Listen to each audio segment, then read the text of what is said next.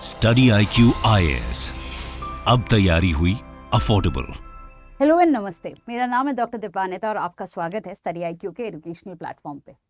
Revision एक ऐसा subject है जो हमें सभी को पता है कि काफ़ी इंपॉर्टेंट है, चाहे वो स्कूल लेवल एग्जामिनेशन हो, कॉलेज लेवल हो या कोई भी कॉम्पिटिटिव एग्जामिनेशन हो। रिवीजन पे काफ़ी हमेशा से फोकस रहा है और स्पेशली पेरेंट्स की अगर हम बात करें तो पेरेंट्स हमेशा ये कहते हैं, एग्जाम से पहले भी पूछेंगे हमसे कि भाई कितने बार रिवाइज किया है, रिवाइज किया कि नहीं, अभी तक क्या सिलेबस ख़त्म कर रहे हो। और दोस्तों की अगर हम बात करें तो ऐसे कुछ दोस्त थे जो कहते थे कि भाई हमने तो रिवाइज किया नहीं है, हम तो अभी भी सिलेबस ख़त्म कर रहे हैं, एग्ज़ाम के बाहर, एग्ज़ाम हॉल के बाहर भी तब तक पेज पलट रहे हैं। और ऐसे भी कुछ फ्रंट बेंचर्स होते हैं जो सिलेबस को 2-3 बार रिवाइज करके भी आते हैं।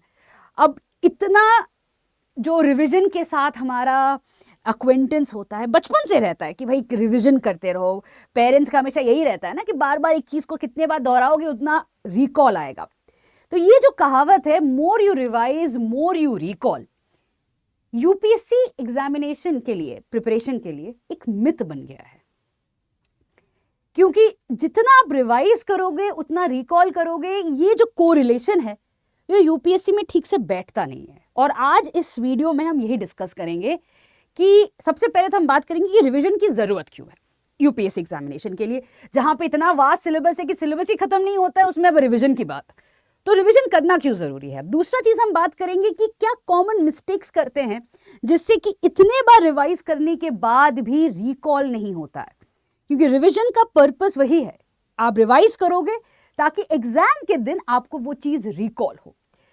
तो क्यों ये रिकॉल नहीं होता है, तो हम इस पे भी फोकस करेंगे कि कॉमन मिस्टेक्स क्या है।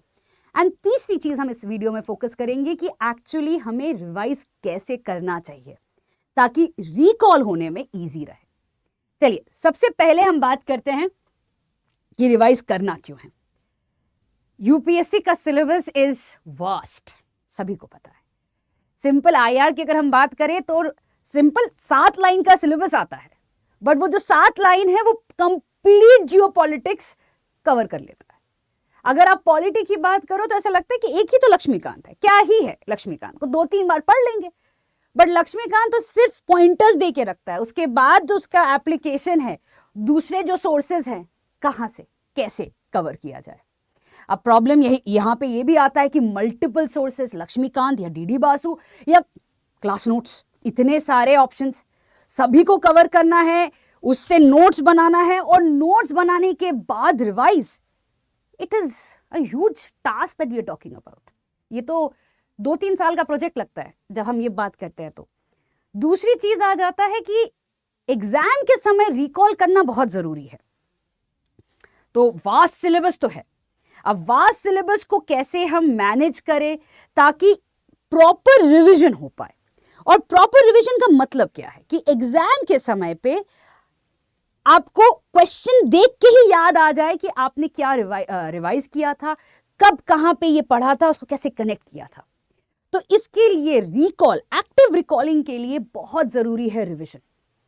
एंड रिवीजन ना होने से क्या होता है कि you will be, it's like swimming in a vast pond, ये सोच कि अरे हमने देखा तो था एक तिनका कहीं पे वहां पे, बट एग्जैक्टली कहां पे है वो याद ही नहीं आएगा। अब तीसरा चीज है कि एग्जाम के दौरान एंजाइटी अटैक आना बहुत कॉमन है। ये सिर्फ 5-10% ही होते हैं जो इतने कॉन्फिडेंट होते हैं कि भैया उनको लगता है जाके तो यार एग्जाम लिखेंगे और एकदम successful. But the problem is कि एग्जाम से 1 हफ्ता, 1 महीना, कुछ स्टूडेंट्स ऐसे होते हैं 5 महीने पहले से ही एंजाइटी शुरू हो जाता है, कैसे होगा, कैसे करेंगे। तो इस एंजाइटी को डील करने का एकमात्र ब्रह्मास्त्र है रिवीजन। जितना आप प्रॉपरली रिवाइज करोगे उतना आपको रिकॉल आएगा एग्जाम में और उतना एंजाइटी को डील कर पाओगे। क्योंकि एंजाइटी कब आता है, एग्जाम का पेपर जब आता है, देखोगे आप, अरे ये थोड़ा बहुत याद आता है यार, आ रहा है कहीं पे पढ़ा था, एग्जैक्टली क्या था, ये सब चीज़ें जब दिमाग में चलने लगती है ना, कंफ्यूजन आ जाता है, एंजाइटी विल कम इन, हाथ पैर ठंड हो जाता है, sometimes you start shivering, sometimes mind goes blank, sometimes you go like कि यार क्या ही कर रहे हैं हम। एंड ऑल ऑफ दिस, एक छोटा सा थॉट ट्रिगर कर जाता है एक लंबा सा प्रोसेस जहां पे यू जस्ट फील कि क्या कर रहे हैं हम। तो इस एंजाइटी को डील करने के लिए रिविजन इज अ मस्ट, क्योंकि रिविजन से ही कॉन्फिडेंस भी बूस्ट होता है और उस एंजाइटी को डील करने के लिए भी फायदा होता है, राइट? तो इसीलिए रिविजन इज अ मस्ट, ये तो कंफर्म्ड है। बट कैसे रिवाइज किया जाए वो भी इंपॉर्टेंट है। तो सबसे पहले हम समझेंगे कॉमन मिस्टेक्स क्या है, पर उससे पहले स्टडी आईक्यू का बिगेस्ट सेल के बारे में I want to talk about. So New Year's के अवसर पर स्टडी आईक्यू लेके आया है P2I batch paid discount, huge discount. Actually P2I क्या, हर कोर्स पे है डिस्काउंट। तो अगर आप अभी स्टडी आईक्यू के वेबसाइट पे जाते हो, you can take a look at P2I batch, optionals, Hindi batches, state PCS, judiciary, कोई भी कोर्स पे आप जाओगे, you will get the biggest discount right now New Year के अवसर पर। एंड द बेस्ट थिंग पता है क्या है, अगर आप DW Live कोड यूज करते हो, that is DW Live, you will get the best discount.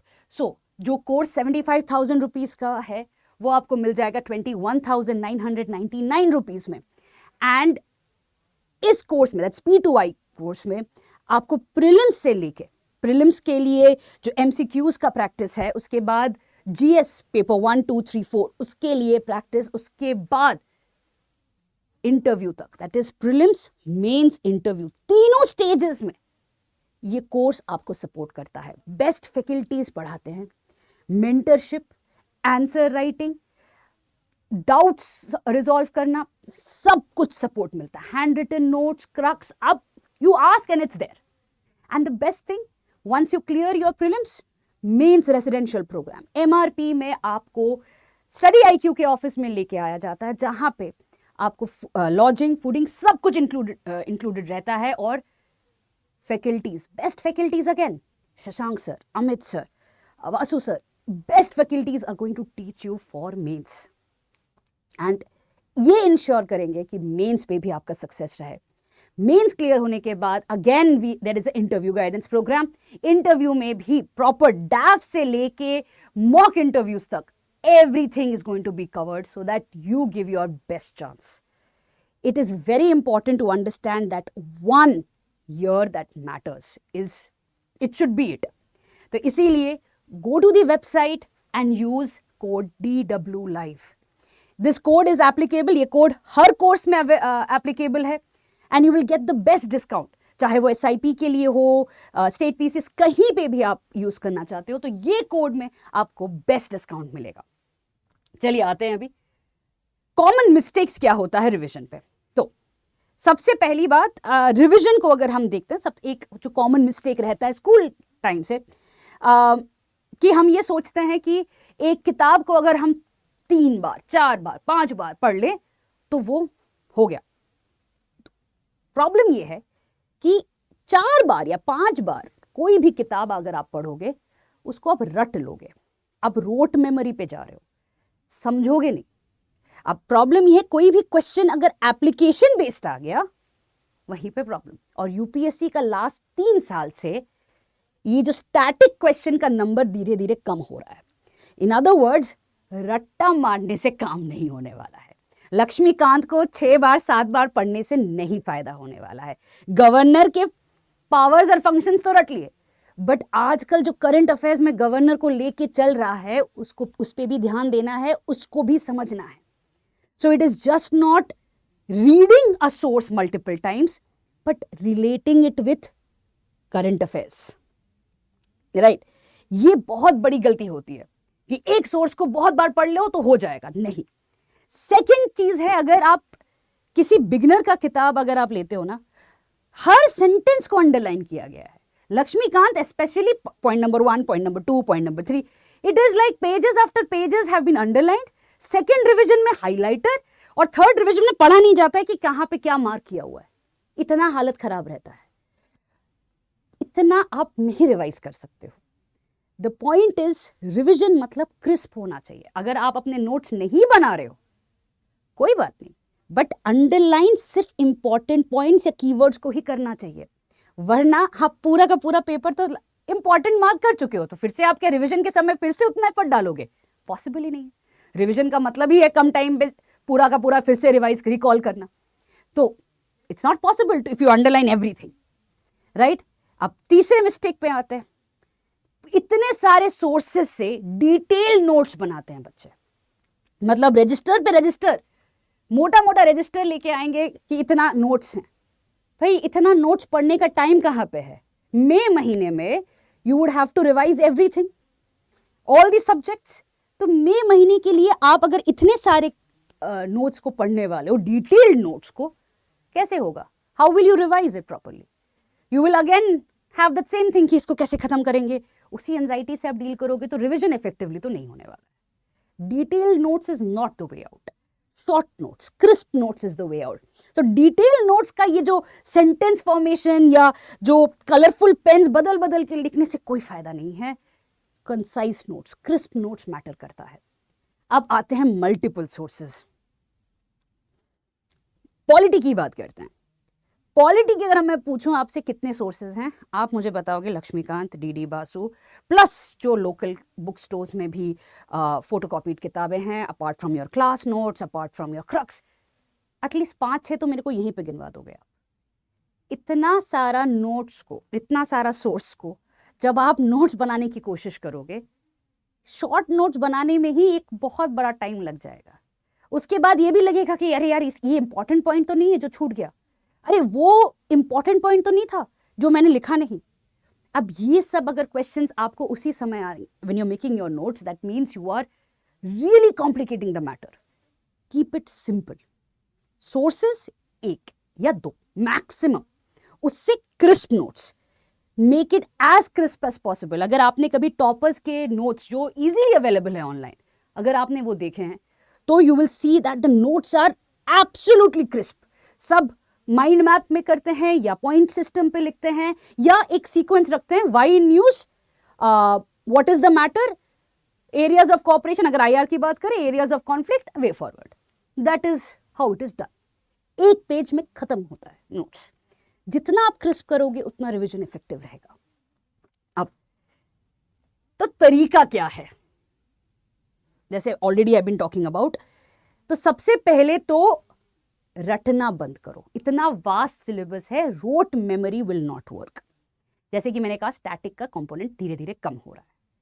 जितना आप ये रटने की कोशिश करोगे, रोट मेमोरी पे डिपेंडेंट होगे, you will actually be miserable at the end of the day.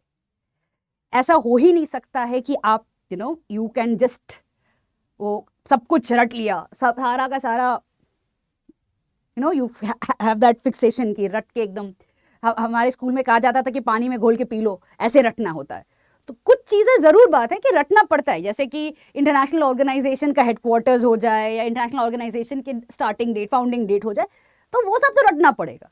But उसके बाद उसको कैसे आप करंट अफेयर्स के साथ लिंक कर रहे हो, उसको कैसे याद रखना, इट कैन नॉट बी रटना, it can not be rote memory.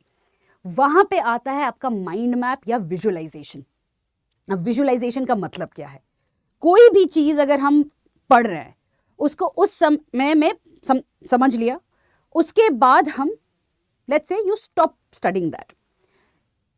रात को जब आपका प्रोडक्टिव टाइम कम है, प्रोडक्टिविटी का पेस कम रहता है, या पूरे दिन में जब आपको you are taking a walk और you are not being productive for your preparation, उस समय पे एक बार mentally start thinking about the topic. अच्छा ये पढ़ा था, पता है वहाँ पे ये भी न्यूज़ था, तो लिंक कर लिया, and you create visuals. For example अभी रेड सी में क्या चल रहा है, तो you start thinking about a pirate attack, कोई मूवी जो देखा था उसके साथ विजुअलाइज कर लिया। अब क्या होगा इससे कि 5 महीने बाद भी आपको याद रहेगा कि रेड सी में किसने कहाँ पे अटैक किया था और उसका जवाब में क्या इंडिया ने कहा। ये सब कुछ आपको याद रहेगा विजुअलाइजेशन की वजह से, और ये विजुअलाइजेशन होता है पहला रिविजन।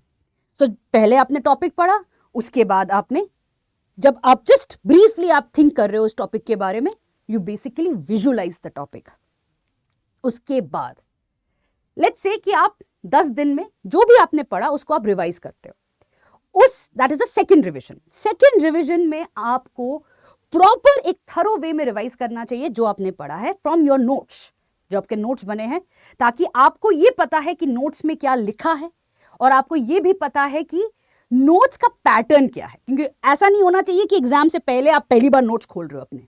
तो सेकंड टाइम जो आप नोट्स पढ़ोगे तो आपको पता चले, अच्छा यहाँ पे ये पॉइंट मिसिंग है, न्यूज़ में ये था, लिख दिया।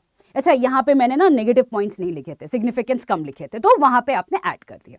So that is going to be part of your second revision. And finally third revision will always happen once you are complete with the subject.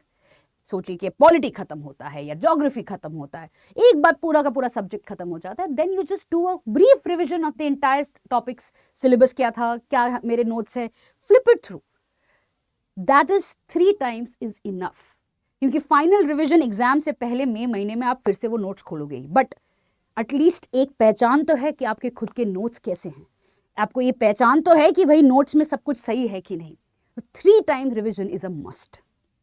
उसके बाद कंसाइज वर्ड्स पे खेलना, दैट इज जब नोट्स बनाते हैं कीवर्ड्स पे ध्यान देना चाहिए। So you have to be very careful. अगर हम लाइक फॉर एग्जांपल डीपीआई में नोट्स बना रहे हैं तो it is going to be JAM, right, Jan Dhan Yojana, Aadhaar and mobile, JAM का वर्ड लिख दिया। कंसाइज कीवर्ड्स के साथ खेलना है, क्योंकि सेंटेंस तो आप बाद में वहां पे लिख लोगे, the points have to be there in the answer, right. The prelims में भी जो क्वेश्चन आएगा that same thing is going to be followed through, कि आपको पता होना चाहिए कि क्या कहां से क्या कोरिलेट हो रहा है। सो अगेन कीवर्ड से आप करो। Finally, coming down to teach someone else. Now, this is my favorite way of revision. So I used to always teach someone. Like I used to always talk. अच्छा पता ये हुआ है, ये इसमें आर्टिकल ने ये कहा है, वो कहा है. तो what happens is when you try to teach someone, it could be anybody. It could be your mother, it could be your sister, it could be your young brother. कोई भी, उसको बैठा के बस पढ़ाना है. उसको इंटरेस्ट हो ना हो, बट आप बोलते जाओगे ना, उतना आपका रिविजन होता रहेगा. आधे घंटे की बात है, रिवाइज हो जाता है. Finally coming down to practice test. जितना टेस्ट दोगे उतना रिविजन होगा. That is obvious, right. जितना आप टेस्ट देते रहोगे उतना रिविजन होता रहेगा, उतना आपका एंजाइटी से भी डील करने का एक स्ट्रॉन्ग पॉइंट रहेगा. फाइनली मैं एक चीज बोलना चाहती हूँ, sleep. Sleep is the most important component. अगर आपका माइंड रिफ्रेश्ड नहीं है, जितना भी पढ़ लो याद नहीं रहने वाला है. तो यू नीड प्रॉपर स्लीप.